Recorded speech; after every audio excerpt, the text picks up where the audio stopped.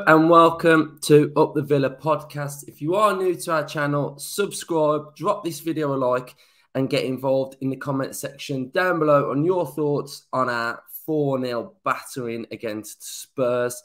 The fan cam went down really well, so if you've not watched it, be sure to check that one out. We were basically on the stage, me and Justin, straight after the game, giving our thoughts. So drop that one a little bit of love. It's not easy doing these once you had a battering either, so if you can just help support the channel by just watching our videos and getting involved like you always do, it would be really appreciated by myself. So again, we went live on Thursday. We were joined by all of you dropping your thoughts on the predicted lineup, and collectively we called the lineup that started the game. So, you know, it was our strongest lineup. I feel like it's our strongest lineup.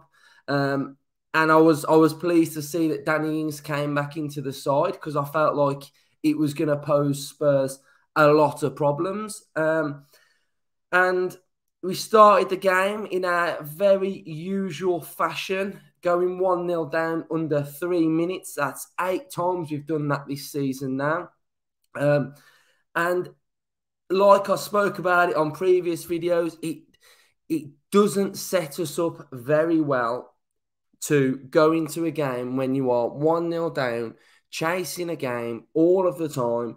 And that's got to stop to start with, because it's just not good enough, is it, that we keep conceding goals really, really early. The game plan's out the window, and like I just said, you're chasing the game. So it wasn't great. But first half, I was pretty pleased. I think that's one of the best performances we've put in a while. First half, we were really good. We sort of had a real grip on the game. We were winning the second balls. We were winning the third balls. The midfield three was working very, very well. And like we've said before, when that midfield three works well, we play really well. And it was very, very pleasing. We were clapped off at half-time for that performance. We literally dominated Spurs. We carved them open numerous times. Ramsey's chance, Danny Ings' chance, Coutinho's free kick, Watkins had a chance as well. Matty Cash sliced one through. So Hugo Lloris kept Spurs in the game first half. And we were just really good. The Gerrard system was working really well. The game plan looked like it was working, but we know what's coming, don't we? At half-time, I said to everybody, it's what Villa turn up first half, and it's can we come out and do the same again? And unfortunately, we couldn't, and it was same old Villa, wasn't it? It just wasn't good. It just wasn't good. And when we play bad, we are pretty bad. And it was one of those halves of football where we were just everything just doesn't sink. The midfield just stopped doing what they were doing. The defense stops doing what they were doing really well. And it's just like a cohesive cog that once one breaks, the whole thing just shatters and just falls apart.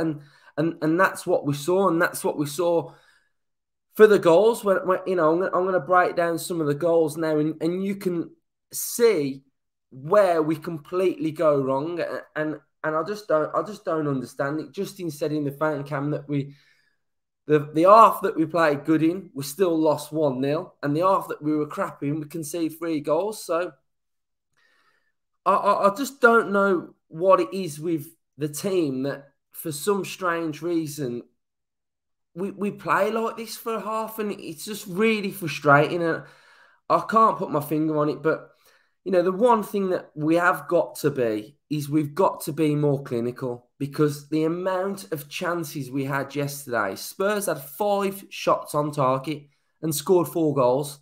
Spurs were very, very clinical. They were clinical with their chances. If you've got Kulusevski, Kane and Son in your team, they are clinical class players. You give them a chance, they'll score. Villa, it's huff and puff. We get in and around it. We get a half chance. We don't take our chances. The Danny Ings one should score, should get it on target. Ramsey's chance, cross the keeper, bury it. Watkins had one where he went near post, should go across the keeper. You know, the football, it's fine margins, and for all our play, for all our good intensive purposes going forward, we didn't score, and that's the bottom line. You know, I can come on here and say, first half we were great, you know, we were really, really good, but we've lost the game 4-0. You know, I don't want to support Aston Villa and think, oh, okay, just because we've played good for 45 minutes, what does that get you? It doesn't get you anything, does it? So until we start putting 90-minute performances in and we play really well, then, you know, it's just not good, is it? I mean, Gerrard's record at Villa Park, that's crap as well, isn't it? I think we've won 3 games out of 10. You know, it's just not a fortress, is it? It's just too easy to come to Villa Park and start playing against us, and you know, it's just frustrating. So I'm gonna share you the goals now. So we're gonna go through the goals and we're gonna break it down a little bit. So here we go then. So this is the first one. So this is the first goal for Spurs. So it's been knocked down. And Kane was hustling with Konsa. So Konsa's out of position here. And to be fair, it was a great finish from Son. I thought it was a real good finish. But what I would like to say is that it was Route 1 football, wasn't it? It was their first moment in the game where they got the ball to Kane. Kane missed his shot. It was probably going to go out for a goal kick. He bounces off Matty Cash, lands at Son's foot, and it's a great finish. Let's go into the second one now. So I'll just get this. Right, this is the second goal now. So we're at 1-0 here. So this is before the second goal goes in. So if you're looking at Kane here now, he's jostling for position with jostling with Cash. Is here. You've got Konsa with Kane, and what I can't understand is there's no midfield player anywhere near Kane. And it's sort of like you've got 4 Villa players in a row here. You've got 3 Spurs players, the front 3, up against our back 4. There's no protection. But if you look at the Spurs side, there's no midfielder within that's broke the lines. So it's just literally like a 3v4, you know, and it's just crap in it. It's just crap defending. The ball breaks. It's a flick on. Kulevetski's got the run on our centre back as well, and yeah, very frustrating. You're looking at it's broke down again here. So you've got Kulevetski takes his shot, 4 Villa defenders. There's just the front 3 of Spurs, no midfielder. Kane's at the edge of the box. He could probably get a pullback as well. So that one is not great defending. That's 2-0 when we're sort of still in the game, still trying to push, and you can start to see here that the shape of the Villa team is just the cracks are appearing, aren't they? Here, the cracks are slightly appearing. That our midfield for whatever we got here going on, it's just not great. And then let's go to the third goal. Bogsa has been dragged out of position. He's followed Kane. Son has got the run through. We all know Spurs threat, Son and Kane. But again, it's sort of like one lump ball through to Kane, gets a flick on to Son. I mean, if we've got Burnley coming to Villa Park here, and we've got Burnley at Turf Moor, Route 1 football, they're going to be watching this thinking they're going to have a field day. If you look at the midfield 3, Ramsey, McGinn, Luiz, you'd expect, I would expect Douglas Luiz to be challenging Kane for this ball. You know, if you look where Douglas Luiz is, if he's sitting there where Konsa is, Konsa can go back and defend where he should be defending, and that ball just does not break through. So I don't understand how the first half it's so good, and second half the structure of the team just completely falls apart. I know we're chasing the game, but we've still got to have some structure to the team. Luca Dean is way out of position. He's probably gone forward, but it's a 3v3. So that one's really frustrating. And the fourth goal, you know, you're looking at it here. Konsa is having a look at where Son is. He's having a look. He's trying to figure out where Son's positioning is. And the ball just comes to Son and he just sits, it hits it through. And the defending for these goals, just not great, is it? It's really frustrating and, yeah, really frustrating. I've tried to break it down a little bit. I've tried to show you, really, the comparison of, say, a first half compared to the second half, where we're chasing the game, but the structure of the team just disappears. And I just don't understand why. That one that I've showed you where the header and Concer's completely follow Kane and they've got that run through. That's just basic. That's basic Spurs. They haven't carved us open. It's just a lump ball to Kane, a knockdown. It's sort of like 90s football defending. Like, first off, at least when Spurs were putting their fullbacks further forward and it was like a crossfield ball, and we were defending that pretty good. And a Gerrard system will try and defend the middle ground and allow the space out wide. But what I was seeing yesterday with some of those goals and that link up with Son and Kane, we know it's coming. We know that's what they do. That is their link up, and we've just been fooled by it.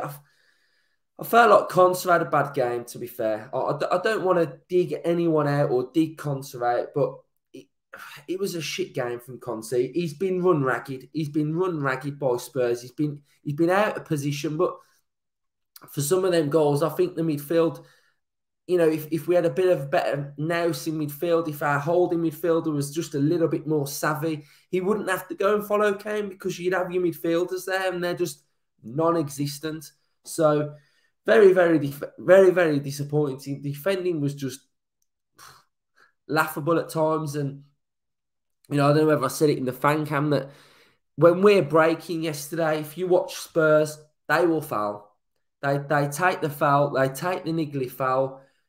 We get annoyed that the ref's not giving them yellow cards and that, but that is what we don't do. We don't do the tactical fouling that they do. Conser, tactical foul, Kane. Just barge him out the way. Don't allow him to get that header to Son when we're out of position. I'm not saying I want to see us do that all the time, but we've got to start playing the game because that's what happens to us week in, week out. When we're on the break, we're fouling Coutinho, they're stopping him from turning, stopping him from getting the ball, and we just don't do it. And until we start getting savvy with the way we start playing and going about it, we're going to be light years away. And yeah, we've got to start doing that basically because they were doing it all game. They were doing it all game, breaking up our play when we're on a break, slowing us down. But when they're on a break, it's just like we just run ragged. It's just like, oh, they're clean through. Let's see what happens. And you're 4-0 down. So good first half, although we were 1-0 down early. And the rest was just pretty woeful. I'll stay to the end. I will sit through that 4-0 drubbing. I won't leave early. I'll never leave early, but it's hard to watch, isn't it?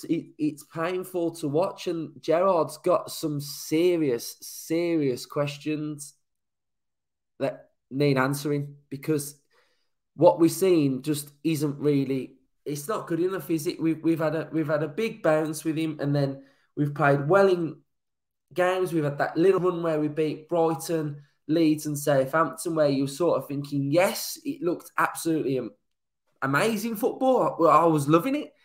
And then we've now gone on this is it a 4-game losing run now? And these losing runs are just bad traits, aren't they, that we've had this season? We had them under Smith. We've had a couple of 3-game losing streaks. We're now on a 4. We just can't keep doing it. We're losing too many games, and maybe the system's got to change where we go with a holding 2, because if you look at Spurs, the way they set up the 3-5, whatever their play. You know, they've got the Højbjerg and Bentancur that hold, and those slides that I showed you, there was no midfield runners in any of those goals apart from the last one. There was not a midfielder in sight. It was just get the ball to the front three and let them do the work. And they've got the foundations and the structure behind them to know that if they get countered, they're sweet because they've got Bentancur and Højbjerg that are just sat there. And it's just really frustrating. I think the system needs to be tweaked because I think it's been outed, hasn't it? It's been outed that it's just if you get in between our midfield, that's it. The game's gone. So frustrating. It's horrible coming on and doing these because it's just so annoying and so demoralising that, you know, you have to come on and talk about these defeats and you know, I don't even think Spurs were that great. I thought they were clinical, but they've got a really good front three, haven't they? So if you come up against any side, if you give them a chance, they're going to score. But it just feels like Villa, we have that many chances and we don't score and we're not clinical. It's like we don't believe that we're going to finish them, and it's just frustrating. So I'm going to end it here. We don't play next week, so we've got a special guest coming on Tuesday. And what I think I might do is just do a bit more of a football talk, a football show, as opposed to an actual talking about Villa too much. So we spoke about the Premier League at the end of our live stream. I think it was last Sunday. And a lot of you really enjoyed it. So I might do something a little bit like that just to take the vibe away from Villa chat as well. So thank you for watching. Support the channel. Drop the video a like if you've got this far. So fair play to you for getting this far in the video as well. And yeah, up the Villa. Thank you for supporting.